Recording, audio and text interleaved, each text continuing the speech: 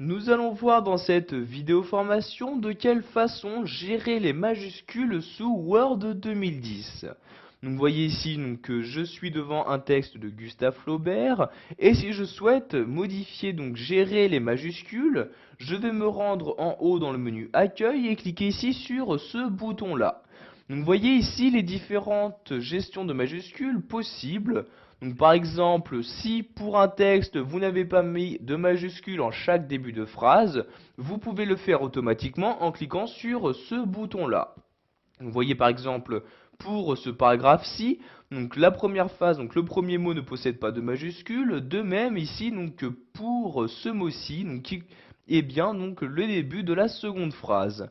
Je vais donc ici sélectionner le paragraphe en question, puis je vais me rendre en haut et cliquer sur le bouton majuscule et cliquer ici sur majuscule en début de phrase. Et automatiquement, donc à chaque début de phrase, le premier mot possédera donc une majuscule. Vous voyez ici pour ce mot-ci, de même pour celui-ci. Il est aussi par exemple possible de mettre une sélection donc soit en majuscule soit en minuscule. Donc par exemple ici je sélectionne le groupe de mots Gustave Flaubert, ensuite je me rends donc dans cette partie là, je clique ici sur ce bouton là et si je souhaite par exemple mettre ce groupe de mots tout en majuscule, je clique ici sur majuscule comme ceci. Et automatiquement, comme vous pouvez le voir, maintenant le groupe de mots Gustave Flaubert est écrit en majuscule. Je peux également faire l'inverse, donc remettre celui-ci en minuscule en cliquant sur ce bouton-là et en sélectionnant ici minuscule. Je peux également demander à ce que la première lettre de chacun des mots sélectionnés se trouve être en majuscule. Donc ici, ce qui est très pratique pour les noms propres. Donc je clique ici sur première lettre des mots en majuscule et voyez donc ici le G et le F de Gustave Flaubert sont maintenant en majuscule. Vous avez également la possibilité d'inverser la case, c'est-à-dire les lettres en majuscule se trouveront en majuscule et vice-versa. Donc par exemple, pour ce paragraphe-ci, je le sélectionne, je clique sur ce bouton-là, et vous voyez, je clique ici maintenant sur inverser la casse.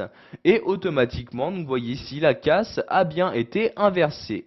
Donc pour la remettre à son état initial, je vais la réinverser de nouveau en cliquant sur ce bouton-là et en recliquant sur inverser la casse comme ceci.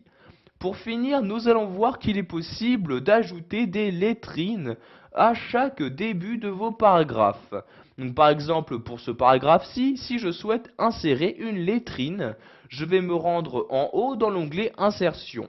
Je clique donc ici sur Insertion pour ouvrir l'onglet correspondant et je vais me rendre dans la partie texte de l'onglet. Donc ici, je vais cliquer sur lettrine comme ceci. Donc par défaut, bien évidemment, il n'y a pas de lettrine d'insérer. Pour en insérer une, vous devez choisir à quel endroit l'insérer. Donc soit directement dans le texte, donc voyez, vous laissez votre curseur et vous avez donc l'aperçu qui apparaît, mais vous pouvez également mettre donc la lettrine directement dans la marge.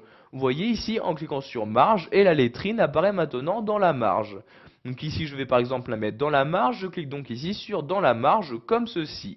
Donc nous allons également insérer une lettrine pour ce troisième paragraphe que je sélectionne de cette manière. Je retourne ensuite dans lettrine comme ceci. Et cette fois-ci par exemple pour celle-ci, je vais mettre la lettrine dans le texte. Je clique donc ici sur dans le texte comme ceci. Nous allons maintenant voir qu'il est possible de configurer cette lettrine. Donc je retourne ici sur lettrine et je vais ici en bas sur options de lettrine. Donc ici je sélectionne bien ici dans le texte, je peux par exemple choisir quelle police utiliser pour cette lettrine-ci en cliquant sur la flèche. Dans le menu qui apparaît, il me suffit juste de sélectionner la police que je souhaite utiliser. Donc vous voyez ici, je remonte et j'ai donc accès aux différentes polices disponibles. Donc je vais par exemple ici utiliser la police Courrier New comme ceci. Vous pouvez également définir la hauteur que vous souhaitez attribuer à la lettrine, donc hauteur qui est en ligne. Donc par défaut la hauteur est de 3 lignes, comme vous pouvez le voir ici la lettrine est bien sûr 3 lignes. Nous allons augmenter cette valeur en cliquant ici sur la flèche du haut, nous allons mettre une hauteur de 4 lignes. Il est également possible d'attribuer une distance entre cette lettrine et le reste du texte, donc distance que vous augmentez en cliquant sur la flèche du haut et que vous diminuez en cliquant sur la flèche du bas. Donc je vais par exemple mettre une distance de 0,5 cm comme ceci. Donc pour appliquer vos changements, vous cliquez ici sur OK et voyez donc toutes les modifications ont été apportées. Donc par exemple, la lettrine se trouve bien sur 4 lignes, il y a bien une distance entre la lettrine et le texte, etc. Donc pour supprimer une lettrine, vous vous rendez sur le paragraphe en question, vous cliquez sur lettrine et vous sélectionnez aucun comme ceci et voyez la lettrine n'apparaît plus donc dans le paragraphe sélectionné. Voilà, vous savez maintenant comment gérer les majuscules sous Word 2010. Vous savez par exemple maintenant comment inverser la casse d'un texte et également comment insérer des lettrines.